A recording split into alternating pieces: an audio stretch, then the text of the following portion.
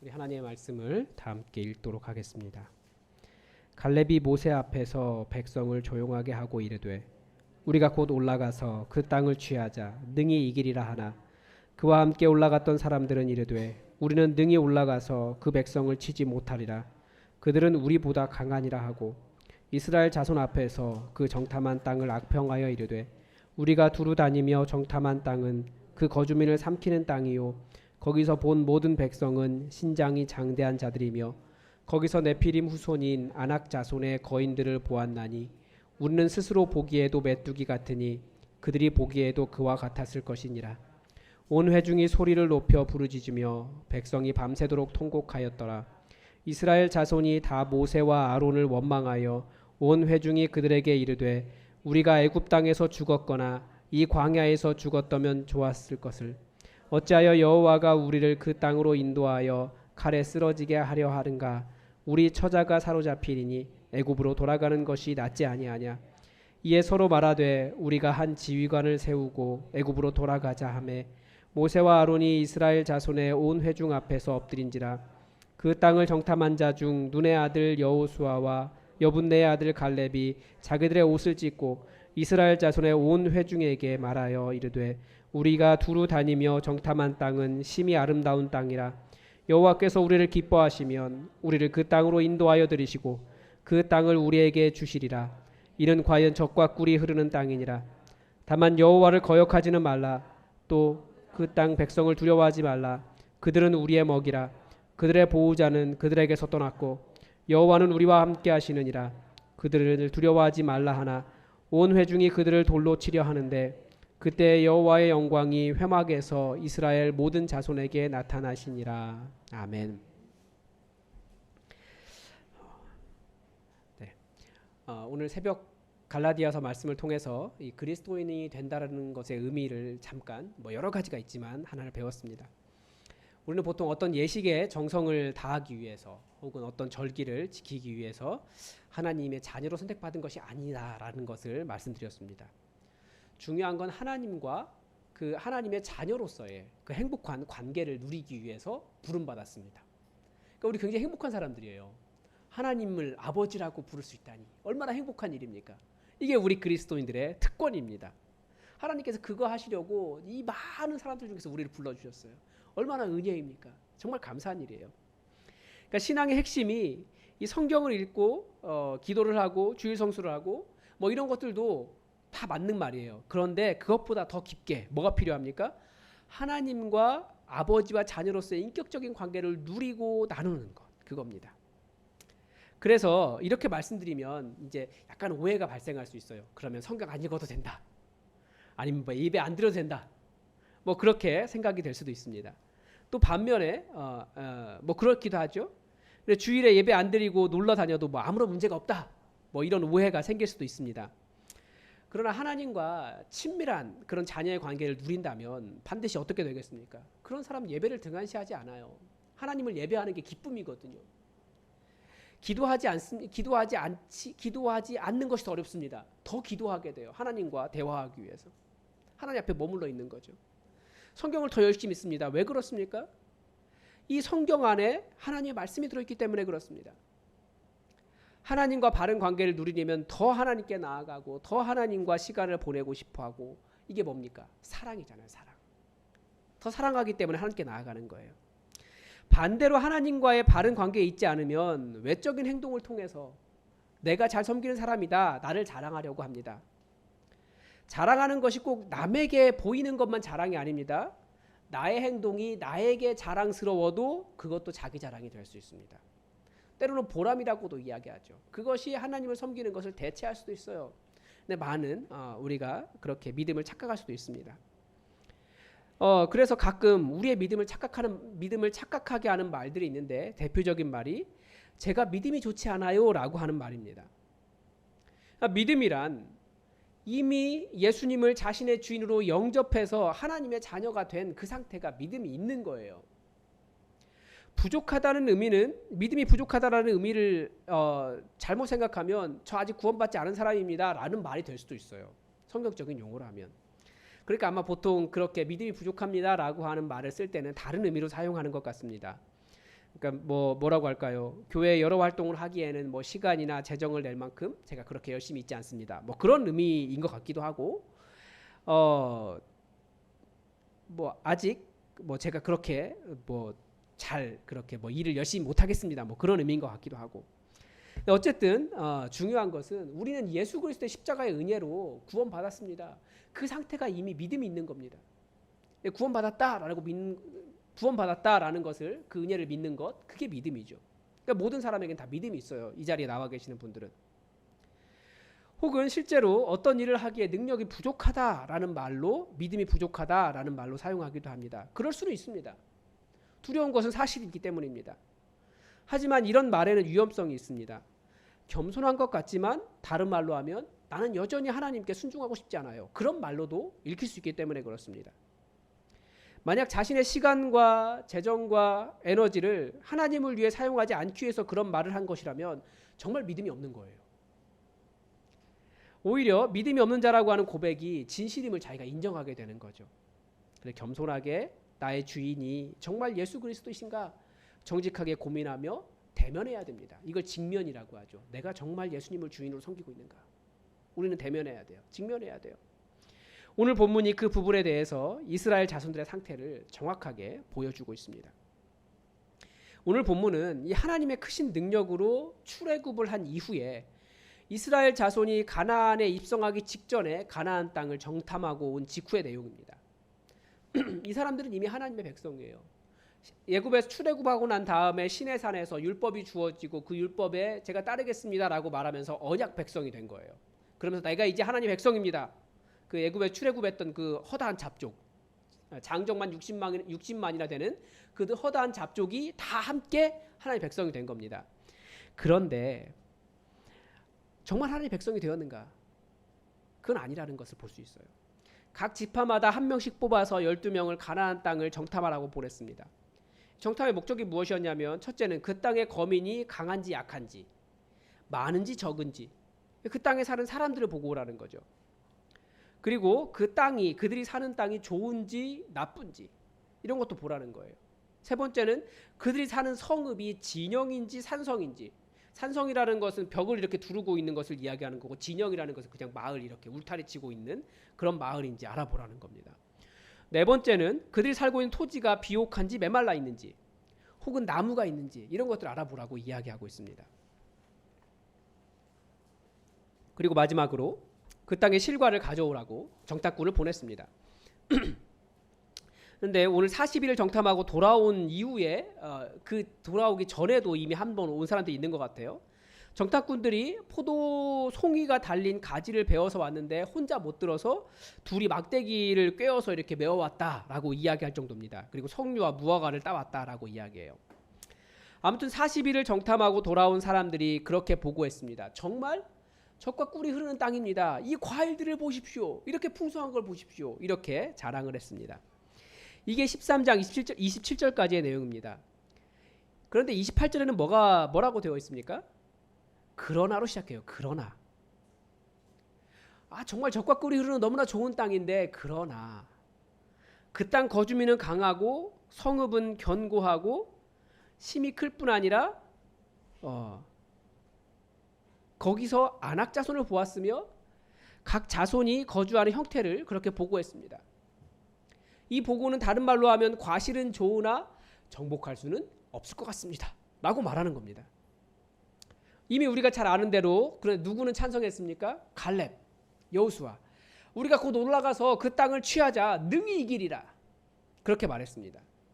그러니까 반대로 갈렙과 함께 다녀왔던 사람들은 우리는 능히 올라가서 그 백성을 치지 못하리라. 그들은 우리보다 강하니라. 라고 말했고 자신들의 말에 정당성을 얻기 위해서 사람들을 선동했습니다. 32절에 뭐라고 되어 있냐면 이스라엘 자손 앞에서 그 정탐한 땅을 악평하여 이르되 우리가 두루 다니며 정탐한 땅을 땅은 그 거주민을 삼키는 땅이요 거기서 본 모든 백성은 신장이 장대한 자들이며 거기서 네피림 후손인 아낙 자손의 거인들을 보았나니 우리는 스스로 보기에도 메뚜기 같으니 그들이 보기에도 그와 같았을 것이니라. 이 악평을 한 사람들에게는 몇 가지 문제가 있었습니다. 무엇보다도 가장 큰 문제가 뭡니까? 우리 그리스도인들에게 항상 어떤 문제가 일어날 때마다 가지고 있는 문제가 무엇입니까? 하나님의 시각이 없다라는 거예요. 하나님께서 무엇을 원하시는지에 대한 생각이 없는 겁니다. 하나님께서 무엇을 원하시는가? 우린 이것을 뭐라고 말합니까? 이것을 사명이라고 말합니다. 우리는 항상 이 고민을 진지하게 해봐야 돼요. 왜 우리를 부르셨는가? 새벽에 보고 있는 갈라디아서에서도 그렇지 않습니까? 우리를 율법을 잘 지키라고 다시 초등학문, 우상을 섬기는 것과 같은 그런 학문으로 그런 종교로 돌아가라는 것이 아니라 여호와 하나님의 백성으로서 여호와 하나님을 닮은 삶을 살아가라고, 하나님과 교제하라고, 하나님의 자녀로 삶을 살아가라고 부르셨다는 것을 보는데 그것이 사명이에요. 우리가 짚어야 할, 가지고 있어야 할 포인트입니다. 예수님께서 이것이 무엇인지 더 자세하게 가르쳐 주셨습니다. 성령 안에서 하나님의 자녀로서 하나님과 친밀한 자녀의 관계를 누리는 것입니다. 그래서 그 아버지와 친밀한 관계를 누리는 것의 핵심이 뭡니까? 말씀을 잘 따르는 거예요. 그러니까 우리가 성경을 잘 보는 이유도 이 성경 안에 하나님의 말씀이 들어있기 때문에 그래요. 우리 아버지가 뭐라고 말씀하시는지 그 아버지의 말씀이 성경에 들어있기 때문에 성경을 읽는 겁니다. 여러분, 자녀들에게 내 말 좀 잘 들어 라고 말하는데 자녀가 안 들어요. 왜 안 듣겠습니까? 내가 뭐라고 말한 게 없으면 못 듣는 거예요. 아버지의 마음 들을 수가 없는 거죠. 그래서 우리가 성경을 보는 이유는 성경 안에 하나님의 말씀이 들어있기 때문에, 하나님의 뜻이 들어있기 때문에 우리 성경을 계속 보게 돼요. 아버지께서 뭐라고 말씀하셨는지, 우리 아버지께서 뭐라고 말씀하시는지, 그리고 말씀하셨는지 하시는지, 또 우리 아버지께서 무엇을 기뻐하시는지, 그렇기 때문에 우리는 믿은 이후에 더욱더 열심히 성경을 보고 있습니다. 아버지의 말씀에 순종하기 위해서. 그런데 이 악평을 한 사람들은 하나님께서 그들을 왜 부르셨는지 이것을 정확하게 보지 못하고 있는 겁니다. 단지 그냥 신의 산에서 율법을 주고 잘 지켜라 라고 말하니까 이제 됐어? 땡! 아닙니다. 가나안 땅에 들어가야 할 사명도 그들에게 있었다라는 거예요. 그것 때문에 그들이 부르심을 받았어요. 그런데 그 사명을 잊어버리고 있었던 거죠. 또 한 가지 문제는 이들이 이스라엘 자손들을 선동했다는 겁니다. 선동이라는 게 사실 좋은 방향으로 하는 건 아니잖아요. 자신들의 좋은 방향이 될 수도 있지만 이 경우에는 자신들이 원하는 것을 얻기 위해서, 그러니까 하나님을 거부하는 방향으로 선동했다는 게 문제가 있는 겁니다. 왜 선동했을까요? 하나님의 뜻을 모르니까, 결국 자신들의 뜻이 더 옳다라는 것을 드러내기 위해서 선동했습니다. 아주 나쁜 버릇이에요. 또 다른 문제가 있다면 그들이 가진 시각은 그러면 바른가입니다. 그 땅은 그 거주민을 삼키는 땅이다라고 말했는데 이 말은 그 땅이 삼킨다, 이 거주하는 거주민을 감싸고 보호하는 천혜의 요새다, 이런 의미입니다. 그래서 거기는 정복할 수 없다라는 뜻이에요. 거기서 본 모든 백성은 신장이 장대한 자들이다. 심지어 네피림의 후손인 아낙 자손의 거인들도 보았다라고까지 말합니다. 그런 말이 맞을 수도 있죠. 굉장히 키가 크고 그런 사람들이 있을 수 있습니다. 그런데 그 다음 평가가 문제예요. 그건 객관적인 사실이 키가 크니까 어쩔 수 없는 거죠. 그런데 우리는 스스로 보기에도 이제 이게 문제인 거예요. 메뚜기 같다. 그들이 보기에도 그와 같았을 것이다. 이게 맞는 말입니까? 여러분, 인간과 메뚜기의 크기의 차이를 아시지 않습니까? 메뚜기는 기껏해봐야 이만하고 뭐라고 할까요? 이렇게 메뚜기 떼 해가지고 난리가 나는 그 메뚜기를 보니까 좀 크더라고요. 한 이만씩 하더라고요. 그럼 먹을 게 좀 있을 것 같아요. 과장법이 굉장히 심하게 들어간 거죠. 나는 너무나 작게 본 겁니다. 저도 물론 이 마음이 무엇인지 알아요. 그래서 저뿐만 아니라 보니까 여러분들도 그 마음이 뭔지 아실 것 같아요. 가끔씩 내가 메뚜기 같다. 어떤 큰일 앞에서 내가 메뚜기 같다. 이걸 느끼시는 것 같아요. 요즘은 메뚜기라고 안 하고 오징어라고 이야기하죠. 보통 외모를 많이 비유하니까. 그렇게 느껴질 수 있어요. 그러나 그것이 제대로 본 게 아니라, 그리고 하나님의 손은 보지 못한 거고, 나는 아주 작게 아주 무능하게 자기를 비하한 것에 불과하다는 겁니다. 하나님은 우리를 그렇게 만들지 않으셨어요. 하나님께서 우리를 부르셨을 때는 절대 그렇게 부르시지 않으셨어요. 오히려 우리가 메뚜기처럼 작을 수는 있습니다. 그러나 그들이 보기엔 더 두려운 존재예요. 왜냐하면 우리 뒤에는 누가 계십니까? 하나님이 계시기 때문에 오히려 그 사람들은 더 쫄거든요. 또 어떤 문제가 있었습니까? 14장 1절에서부터 3절까지 보니까 이번에는 이 이야기를 듣고 온 이스라엘이 밤새 통곡했습니다. 모세와 아론을 원망했습니다. 뭐라고요? 이럴 거면 차라리 애굽에서 그냥 죽게 하지. 이럴 거면, 이렇게 죽게 할 거면 차라리 이 광야에서 그냥 죽었으면 좋겠다. 우리를 왜 여기로 인도하는가? 이제 이 원망은 누구에로 갑니까? 하나님께로 갑니까? 어찌하여 여호와가 우리를 그 땅으로 인도하여 칼에 쓰러지게 하려는가? 여호와 하나님을 원망하는 거예요. 인도해 주셔도 원망하는 거예요. 자기들이 가기 싫으니까. 여기도 핑계를 댑니다. 우리 아내와 딸들이 다 잡혀갈 텐데. 아이고 불쌍한 것들. 뭐 그러는 거죠. 그러니 차라리 다른 지도자를 세워서 애굽으로 돌아가자라고 말을 합니다. 그러니까 이 사람들의 문제는 무엇입니까? 지난 몇 주 동안 수요 기도에서 말씀드린 것이 있습니다. 우리가 어떻게 하나님을 만날 수 있을까요? 우리가 어떻게 하나님의 권능을 경험할 수 있을까요? 우리가 어떻게 하나님의 역사하심의 도구가 될 수 있을까요? 맞습니다. 우리는 능력이 없습니다. 우리에게 능력이 있는 게 아니에요. 우리는 강하지도 않습니다. 정말 메뚜기 오징어처럼 보일 수도 있습니다. 그러나 하나님을 경험하고 하나님의 권능의 도구가 되는 방법은 보여주시는 그대로, 인도하시는 그대로, 말씀하시는 그대로 한 발짝 앞까지 순종할 때 우리는 하나님의 일을 경험할 수 있습니다. 하나님의 권능을 경험할 수 있습니다. 내가 능력이 있어서가 아니라 순종하면 하나님께서 일하십니다. 이게 하나님의 말씀의 원리예요. 순종하면 하나님이 이루십니다. 내가 능력이 있어서가 아니에요. 오병이어의 기적도 생각해 보십시오. 너희 중에 가진 것이 얼마나 있느냐? 가진 것 이거밖에 없습니다라고 내놓았는데 그것이 기적이 되는 거예요. 그게 하나님의 권능을 경험하는 방법입니다. 주님께서 부르실 때 아멘하고 제가 얼마나 할 수 있을지, 얼마나 감당할 수 있을지, 나의 능력이 무엇인지 계산하지 않고 부르셨기 때문에 아멘 순종해서 한 걸음만 나가면 나머지는 하나님께서 하시는 거예요. 그때 우리가 그 승리 앞에서 하나님의 승리를 같이 경험하는 영광을 누릴 수 있는 겁니다. 물론 때로는 그렇게 순종했을 때 내가 원하는 방식으로의 승리가 이루어지지 않을 수도 있지만 그 순종 때문에 하나님께서 승리하신다면 그것으로 만족하는 것이 그리스도인 우리 하나님의 종들 아닙니까? 그것이 하나님을 주인으로 모신 사람들의 삶입니다. 그런데 이 정탐꾼들은 초점이 자신들에게 있었습니다. 자신들이 들어가기 싫은 거예요. 자기들이 두려운 거였죠. 무슨 그 사람들이 그렇게 강하고 무슨 그 땅의 거주민을 그렇게 삼키는 땅입니까? 그 땅이. 무슨 그 사람들이 그렇게 거인입니까?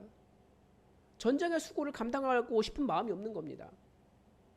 그냥 예전에 노예처럼 내 인생은 애국에서 잘 먹고 잘 살아야 할 텐데 그 인생이 그 정도로는 뭐 수고롭지도 않다 뭐 하는 그런 수준이었던 겁니다. 사실 이것을 뭐라고 할까요? 이기적이고 평범한 삶이라고 이야기합니다. 하나님께 순종하지 않으려고 하는 마음 무엇이냐면 사실 이기적이고 평범한 삶을 원하기 때문입니다. 그리스도인은 단순히 그렇게 이기적이고 평범한 삶을 살라고 부르심을 받지 않았습니다. 하나님의 말씀에 순종하며 하나님 나라를 살아가라고 부르심을 받았습니다. 때로는 그것 때문에 손해를 볼 수도 있습니다. 전쟁과 같은 상황을 맞닥뜨릴 수도 있습니다. 그러나 하나님께서 가라고 하시면 아멘 순종하며 가라고 부르심을 받은 사람들이 그리스도인이라는 겁니다. 하나님께서 원하신 순종은 어떤 모습입니까? 이스라엘 회중이 한 지휘관을 세워 애굽으로 돌아가자라고 말하니까 모세와 아론이 이스라엘 회중 앞에 엎드렸습니다.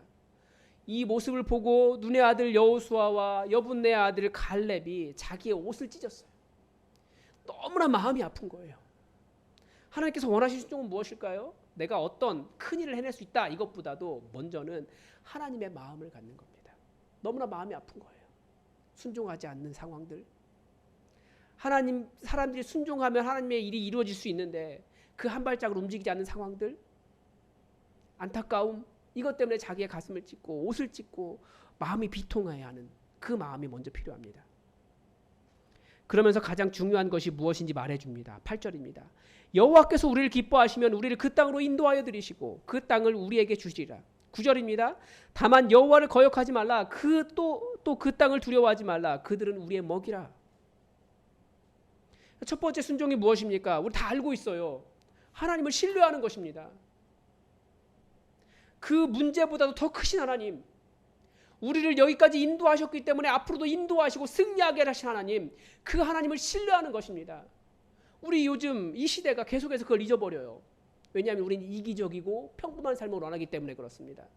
그러나 우리가 이기적이고 평범한 삶을 포기하며 하나님께 순종하기 시작하면 하나님의 권능을 경험할 수 있다니까요. 그래서 하나님을 신뢰하는 것이 먼저 필요해요. 이 시대의 교회가 이것을 너무나 많이 잃어버리고 살고 있습니다. 하나님을 신뢰하라. 하나님을 신뢰하라. 갈렙이나 여호수아가 능력이 있어서 그렇겠습니까? 아니면 이스라엘 회중이 전쟁에 능한 군대여서 이길 수 있다라고 생각하는 것입니까? 아닙니다. 이들이 계속 한 말은 뭐냐면 우리를 그 땅으로 인도하여 들이시고 그 땅을 우리에게 주실 분 여호와 하나님이셨어요. 같은 말이었습니다. 이스라엘 백성들 모세와 아론을 원망했던 사람들도 왜 우리를 어찌하여 여기에 인도하여서 여호와 하나님을 원망할 때도 왜 어찌하여 여호와께서 우리를 인도하여서 라고 하나님을 원망했어요. 반대로 여호수아와 갈렙은 우리를 인도하시기 때문에 우리가 승리할 것이다. 아니 같은 인도인데 어떻게 이렇게 다르게 반응할 수 있습니까? 이게 여호와 하나님에 대한 신뢰라는 거예요. 여러분 한번 우리의 역사를 돌아보십시오. 여러분의 믿음의 여정을 돌아보십시오. 하나님께서 여러분의 삶을 어떻게 인도하셨습니까? 너무나 많은 은혜와 너무나 많은 권능과 너무나 많은 사랑으로 인도해 오지 않으셨습니까? 그렇다면 더욱더 순종하며 하나님의 일을 꿈꾸며 여기까지 인도하신 하나님 또다시 인도해 주겠구나. 주님의 인도라면 승리할 수 있겠구나. 왜 여기로 우리를 힘들게 하십니까? 그렇게 인도하십니까? 라고 원망하는 것이 아니라 오히려 하나님의 승리를 보고 싶어서 더욱더 하나님의 인도를 구하게 될 거라는 겁니다. 여호와 하나님 그분이 우리를 인도하시기 때문에 그렇습니다. 그렇기 때문에 다시 우리에게 능력을 주시고 감당하게 하실 분이 누구십니까? 여호와 하나님이시라는 거예요. 우리의 초점이 어디에 있어야 됩니까? 여호와 하나님을 신뢰하는 것에 있어야 돼요. 내가 생각하는 것에 옳다고 우리 생각하기 쉽습니다. 지금까지 우리를 인도해 오신 분이 여호와 하나님이신데, 그래서 우리는 다시 한번 사실 여호수아와 갈렙도 자신의 능력이 있어서라고 말하는 것은 아닙니다. 지금까지 인도해 오신 하나님을 보았기 때문에 굉장히 겸손하게 이야기한 거예요. 하나님을 의지하며 말씀에 순종하는 것에 시작하는 겁니다. 이것이 하나님을 신뢰하는 겁니다. 오늘 설교 제목이 나 중심의 생각을 파악하기입니다. 나 중심성, 자기 중심성, 이것을 죄라고 계속 말씀드려왔습니다. 그런데 이 자기 중심성의 핵심은 사실은 고상한 말로 여러 가지 말하지만 직설적으로 말하면 이기적이고 평범한 삶을 원하는 삶입니다. 그런 시각으로 살면 어떤 일이 일어날까요? 우리 앞에 두려움이 더 커요. 우리는 능히 올라가서 그 백성을 치지 못하리라. 그들은 우리보다 강하니라. 맞습니다. 우리보다 강한 사람 훨씬 더 많습니다. 그러나 반대로 아니야 난 약하지 않아 라고 말하게 될 겁니다. 왜 그렇게 말할 수 있을까요? 지금까지 인도해 오신 하나님의 역사를 알기 때문에 그래요. 내 삶의 모든 부분이 다 하나님의 은혜였음을 알기 때문에 여전히 하나님께서 인도해 주시는 것을 신뢰하기 때문에 그렇습니다. 그래서 하나님을 신뢰하는 것, 이것이 내 중심에 있는 내가 없는 것이 이거구나를 깨달을 수 있습니다. 이기적이고 평범한 삶을 살려고 한다면. 여러분 하나님은 우리를 왜 부르셨을까요? 삶의 초점을 하나님의 목적에 맞추고 하나님 나라를 만들어 가기를 원하시기 때문에 우리를 부르셨습니다. 이 공중권세 잡은 자의 영향력이 가득한 이 온 세상에 우리가 싸워 이기기에는 사실 두려운 그런 장대한 거인들이 얼마나 많이 있습니까? 승리하게 하시는 분은 여호와 하나님이시지 사실은 내게 능력이 없어요. 우리는 그걸 솔직하게 인정해야 돼요. 내게 능력이 없습니다. 그래서 더 기도하는 거예요. 그래서 더 매어 달리는 겁니다. 하나님이 우리를 인도하여 오셨기 때문에, 나를 그리스도인으로 불러주셨기 때문에 승리하게 하실 것을 믿고 하나님께 나아가는 겁니다. 내게 능력이 없습니다. 다만 우리는 주님 보여주시는 데까지 한 걸음 한 걸음 순종하며 나아갈 뿐입니다. 그때 하나님께서 일하십니다. 우리는 내가 그려놓은 미래가 있기 때문에 자꾸 신뢰하지 못하는 거예요. 하나님은 사실 거기까지만 가라고 했는데 우리 마음은 여기까지 가 있는 거예요. 이것도 우리의 교만이에요. 겸손하게 주님 말씀하시는 거기까지만 걸어가시면 됩니다. 나머지는 하나님께서 하시는 겁니다. 그게 하나님의 인도예요. 하나님은 멀리까지 인도하지 않으세요. 바로 한 걸음까지만 인도하십니다. 여러분, 하나님께서 우리를 부르실 때 우리는 이 지역 교회로서 이 춘천 지역을 복음화하는 일에 부르셨습니다. 또 개혁 교회로서 매일같이 갱신하며 진짜 교회가 무엇인지 고민하면서 모든 성도가 진정한 성도로서의 사역을 회복하기 위해서 부르셨습니다. 말씀을 삶에 써가기 위해 내 생각에 옳지 않아 보여도 내 자존심 내려놓고 말씀에 순종하며 진정한 교회가 되기 위해 가정교회를 하나씩 하나씩 개척하며 세워가고 또 배우고 가르치며 하나님 나라를 하나씩 하나씩 확장나가기 위해서 우리는 부르심을 받았습니다. 이 모든 것이 우리가 그냥 평범한 삶을 원한다면 이루어질 수 없습니다. 우리의 부르심은 특별한 거예요. 그래서 우리가 하나님께서 보여주시는 그 한 발이 어디입니까? 거기까지 가십시오. 근데 그렇게 순종할 때 하나님께서 일하시고 하나님께서 지금까지 인도해 오셨듯이 이 교회를 세우셨듯이 그리고 더 놀라운 하나님의 역사를 이루어 주실 겁니다. 하나님을 신뢰하십시오. 기도하겠습니다. 하나님, 오늘 말씀을 통해서 하나님을 신뢰하는 것이 무엇인지 보았습니다. 우리는 사실 매우 평범한 삶을 살기를 원하고 매우 안정적인 삶을 살기를 원하지만 그것이 하나님의 순종을 때로는 방해할 때가 있고 나 자신의 뜻을 주장할 때가 있습니다. 하나님, 그것이 하나님의 뜻과 부딪힐 때 하나님의 뜻을 향하여 과감하게 한 발을 내딛을 수 있도록 도와주시고 혹은 내가 잠깐 불편해지고 내가 내 시간을 써야 되고 영적인 전쟁을 해야 되고 두려운 거인과 같은 사람들을 장대한 사람들을 마주 대해야 하는 일이라 할지라도 하나님 순종할 때 하나님의 역사를 경험하도록 우리를 인도하여 주시고 우리가 기도하며 나아갈 때 정말 성령으로 충만케 하사 하늘의 권세로 이기며 승리할 수 있도록 도와주시옵소서. 이미 우리를 승리로 이끌어 주셨고 예수 그리스도를 믿는 자로서 아름다운 이름을 주신 하나님의 자녀로서의 그 삶을 온전히 누릴 수 있도록 승리할 수 있도록 우리와 함께하여 주시옵소서. 주님의 역사를 위해서 한 걸음 한 걸음 전진할 때 우리를 사용하여 주시기를 간절히 원하오며 예수 그리스도의 이름으로 기도드립니다. 아멘. 우리 함께 찬양하고 계속해서 기도하겠습니다. 우리 예품 196번 함께 찬양하겠습니다.